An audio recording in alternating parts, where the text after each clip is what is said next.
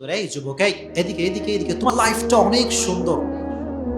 তোমাকে আল্লাহ অসাধারণ নিয়ামত দিয়েছেন, চোখ দিয়েছেন, হাত দিয়েছেন, পা দিয়েছেন। তুমি তোমার এত সুন্দর মুহূর্তগুলো একটা মেয়ের জন্য ভেবে ভেবে নষ্ট কেমন করে করো? Doesn't make any sense, doesn't make any sense. মাথায় কি হুঁশ বুদ্ধি কিছু নাই? একটু ভাবো না। আচ্ছা প্রিয় ভাইয়েরা, একটু এদিকে তাকান তো আমার দিকে। আমার এই হাত দিয়েছে কে? আমার যে চোখ দিয়ে দেখতে হবে, এই চোখটা দিয়েছে কে? আমাকে আদর সোহাগ করবার জন্য আব্বা আম্মা দরকার, দিয়েছে কে? আমার সময় কাটাবার জন্য মোবাইল দরকার, দিয়েছে কে? আমার খাওয়ার জন্য রিজিক দরকার, দিয়েছে কে? এত কিছু যে আল্লাহ দিল, এত নিয়ামত যে আল্লাহ তোমারে দিল, সেই আল্লাহ কি তোমার সুন্দর একটা নেককার, দিনদার, পারফেক্ট লাইফ পার্টনার দিতে পারে না? পারে কি পারে না? তাহলে তুমি অন্য মেয়ের জন্য এত ছায়া খায় ব্যাখ্যা কেন? তুমি কেন এরকম তোমার অবস্থা? একটু ভাবো না তুমি এই বিষয়গুলো নিয়ে। যুবকদের জীবনের শ্রেষ্ঠতম ভুল হচ্ছে যুবকরা এখন ভুল কাউকে ভালোবাসে। যুবকরা এখন ভুল মানুষের প্রেমে পড়ে। প্রেমে পড়া দরকার একজনের, তিনি কে? যুবক প্রেমে পড়ে সুন্দরী মেয়ের, টিকটকার মেয়ের, যেই মেয়ের না আছে চরিত্র, না আছে ক্যারেক্টার, না আছে নামাজ, না আছে কালাম। যুবক তার জন্য দিন রাত 24 ঘন্টা নষ্ট করে যাচ্ছিল, এখন ঠিক কিনা? অবাক করা বিষয় এটা।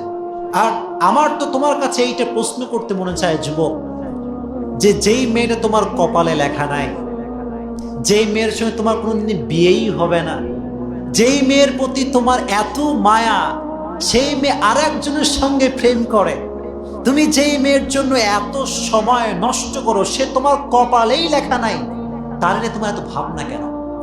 হ্যাঁ, তার নিয়ে তোমার এত কল্পনা কেন? সারাটা দিন মোবাইলে তার ছবি দেখে। কিরে ক্যা হুয়া? হুজুর একেই ভালোবাসি, এরেই লাগবে, এর ছাড়া কাউরে বিয়ে করতেই পারবো না। এরকম যুবক আছে না নাই? সারা দিন মোবাইলে এগুলো করে। আচ্ছা, যাকে আল্লাহ তাআলা একটু just try to think about it, একটু ভাবেন, যাকে আল্লাহ তাআলা তোমার জন্য বানান নাই, যার সৃষ্টি তোমার জন্য হয় নাই, যে তোমার কপালে লেখা নাই, তার জন্য ভেবে তোমার কি কোনো লাভ হবে? তুমি তোমার লাইফটা অনেক সুন্দর। এই যুবক, এই এদিকে এদিকে এদিকে, তোমার লাইফটা অনেক সুন্দর। তোমাকে আল্লাহ অসাধারণ নিয়ামত দিয়েছেন, চোখ দিয়েছেন, হাত দিয়েছেন, পা দিয়েছেন। তুমি তোমার এত সুন্দর মুহূর্তগুলো একটা মেয়ের জন্য ভেবে ভেবে নষ্ট কেমন করে করো? Doesn't make any sense, doesn't make any sense. মাথায় কি হুঁশ বুদ্ধি কিছু নাই? একটু ভাবো না। আচ্ছা প্রিয় ভাইয়েরা, একটু এদিকে তাকান তো আমার দিকে। আমার এই হাত দিয়েছে কে? আমার যে চোখ দিয়ে দেখতে হবে, এই চোখটা দিয়েছে কে? আমাকে আদর সোহাগ করবার জন্য আব্বা আম্মা দরকার, দিয়েছে কে? আমার সময় কাটাবার জন্য মোবাইল দরকার, দিয়েছে কে? আমার খাওয়ার জন্য রিজিক দরকার, দিয়েছে কে? এত কিছু যে আল্লাহ দিল, এত নিয়ামত যে আল্লাহ তোমারে দিল, সেই আল্লাহ কি তোমার সুন্দর একটা নেককার, দিনদার, পারফেক্ট লাইফ পার্টনার দিতে পারে না? পারে কি পারে না? তাহলে তুমি অন্য মেয়ের জন্য এত ছায়া খায় ব্যাখ্যা কেন? তুমি কেন এরকম তোমার অবস্থা? একটু ভাবো না তুমি এই বিষয়গুলো নিয়ে। অলওয়েজ মনে রাখবেন, যে ব্যক্তি এদিকে, অনেকে বলে হুজুর আমি যারা পছন্দ করেছি হুজুর, এটা একদম চিরসত্য কথা বলছি, বাস্তবিক সমাজ থেকে বলছি। আপনি রাগ করলে আমার কিছু বলার নেই। যুবকরা দেখবেন ভালো করে, ইভেন মেয়েরাও, যদি কোনো ছেলেকে পছন্দ হয়ে যায় কোনো মেয়ের, অথবা কোনো ছেলের কোনো মেয়েকে পছন্দ হয়ে যায়, সে মনে করে যে এর মতো কাউকে আর খুঁজেই পাওয়া যাবে, খুঁজেই পাওয়া যাবে। আচ্ছা, বেস্ট ডিসিশন মেকার, সবচেয়ে উত্তম সিদ্ধান্তকারী একজন, জবান খুলে বলেন না কে? আমার লাইফ সম্পর্কে আমি যা জানি তার চাইতে অধিক ভালো জানে কে? যে আল্লাহ তোমার এত কিছু দিল, তুমি কি সে আল্লাহর উপর ভরসা করতে পারলা না? তুমি কি বলতে পারলে না যে তুই আমার জন্য লেখা নাই, তোর নিয়ে ভাবনা বাদ দিলাম, তুই যেখানে বিয়ে করবি কর, আই ডোন্ট কেয়ার? কি ঠিক কিনা বলেন? এইটা ভাবনা থাকবে, তাহলে তুমি দেখবা তোমার লাইফটা সুন্দর হবে।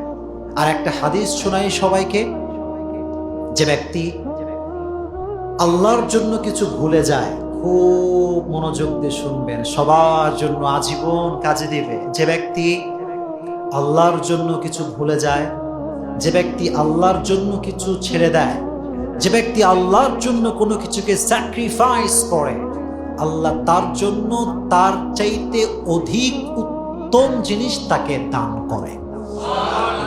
Just you have to sacrifice just to achieve the satisfaction of your lord. তুমি যা ছাড়বা, যা ধরবা, সব কিছু একজনের সন্তুষ্টির জন্য হবে। তিনি কে? আরেকটা আয়াত শুনুন, ওয়ালা সাউফা ইউতিকা রাব্বুকা ফাতারদা। আল্লাহ বললেন তুই একটু ছেড়ে দে না, তুই একটু বল যে আচ্ছা আপনি আমাকে বিয়ে করলেন না, আসলে সত্য কথা কি জানেন যে আপনি আমার কপালেই নাই। আসলে সত্য কথা কি জানেন যে আমার চয়েসটাই ভুল ছিল, কারণ আমি জানি আপনাকে আমার না পাওয়া এটা সিদ্ধান্ত কার। আমি আল্লাহর জন্য আপনাকে ছেড়ে দিলাম। আল্লাহ বলে বান্দা, এই বান্দা শোন, তুই আমার জন্য ছাড়লি, এর চাইতে 1000 গুণ উত্তম জিনিস আমি আল্লাহ তোকে দিয়ে দিব। Indeed and verily your Lord will give you something that will definitely make you happy. অচিরেই তোমার রব তোমাকে এমন কিছু দিবে, তোমার জীবনের সমস্ত চাহিদা আল্লাহ পূর্ণ করে দিবে। সুবহানাল্লাহ পড়ে। আর আরেকটা বাক্য আমি শুনেছিলাম, পাকিস্তানের একজন মোস্ট ফেমাস স্কলার, না একজন বড় ফেমাস সিঙ্গার ছিলেন তিনি, তার নাম হচ্ছে জুনায়েদ জামশেদ। ওর একটা বাক্য আমার লাইফ চেঞ্জ করে দিয়েছে। সুবহানাল্লাহ।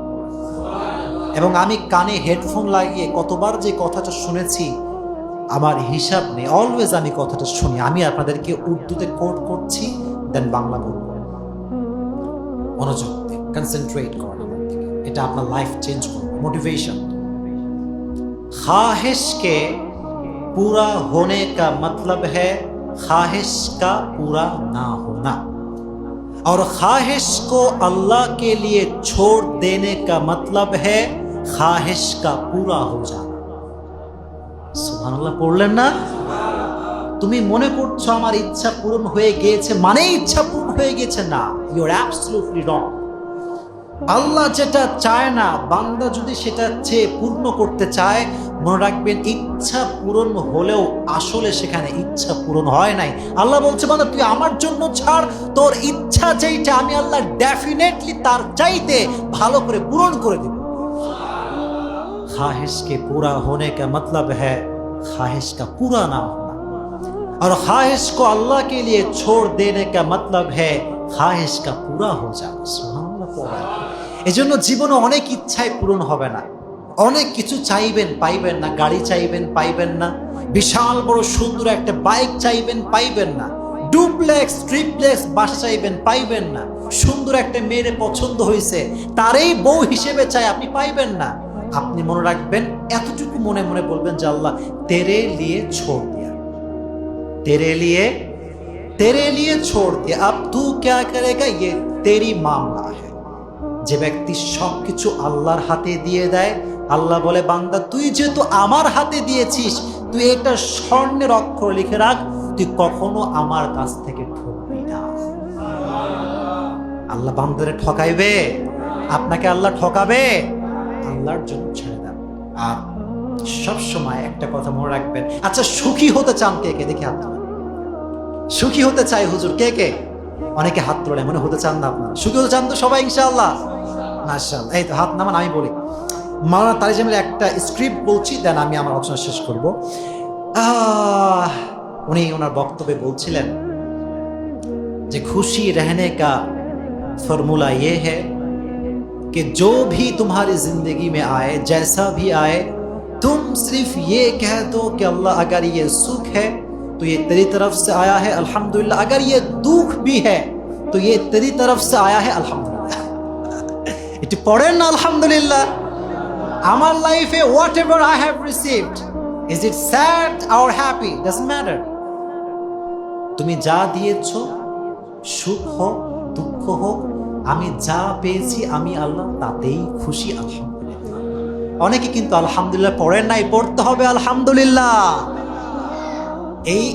এই সেন্টেন্সটা মনে রাখবেন। আমি কিন্তু অনেক শুনে শুনে আপনাকে বলছি, যাচাই বাছাই কয়েকটা কথা বললাম, দেখবেন যে দুঃখ থাকবে না। থাকবে না। আল্লাহর কসম দুঃখ, আরে ভাই দুঃখ আসে কখন? যখন আপনি দুঃখকে দুঃখ মনে করেন তখন তো দুঃখ আসবে। আরে দুঃখ আসলে ভাববেন যে আরে কিসের দুঃখ? দুঃখ আসা মানে সামনে সুখ, আলহামদুলিল্লাহ। দুঃখ আসা মানে কি? সামনে কি আছে? এটা আল্লাহর কথা, ফাইন্না মা'আল উসরি ইউসরা, ইন্না মা'আল উসরি indeed and verily with every hardship there is ease। কষ্টের পরেই আল্লাহ অধিক পরিমাণ সুখ রেখে দিয়েছে। সুবহানাল্লাহ পড়েন। এজন্য কষ্ট যখন আসবে, রোগ যখন আসবে, জ্বর সর্দি কাশি, ভালোবাসা মানুষে পাইলাম না, আইফোন পাইলাম না, গাড়ি পাইলাম না, বাড়ি পাইলাম না, বউ পাইলাম না, আলহামদুলিল্লাহ সামনে আসতেছে ইনশাআল্লাহ। পড়লেন না? আল্লাহ আমাদেরকে কোরআনের বৈশিষ্ট্য, মোটিভেশন, চারটা যা যা বললাম সবাইকে আল্লাহ আমল করার তৌফিক দান করুক। পড়েন আমিন।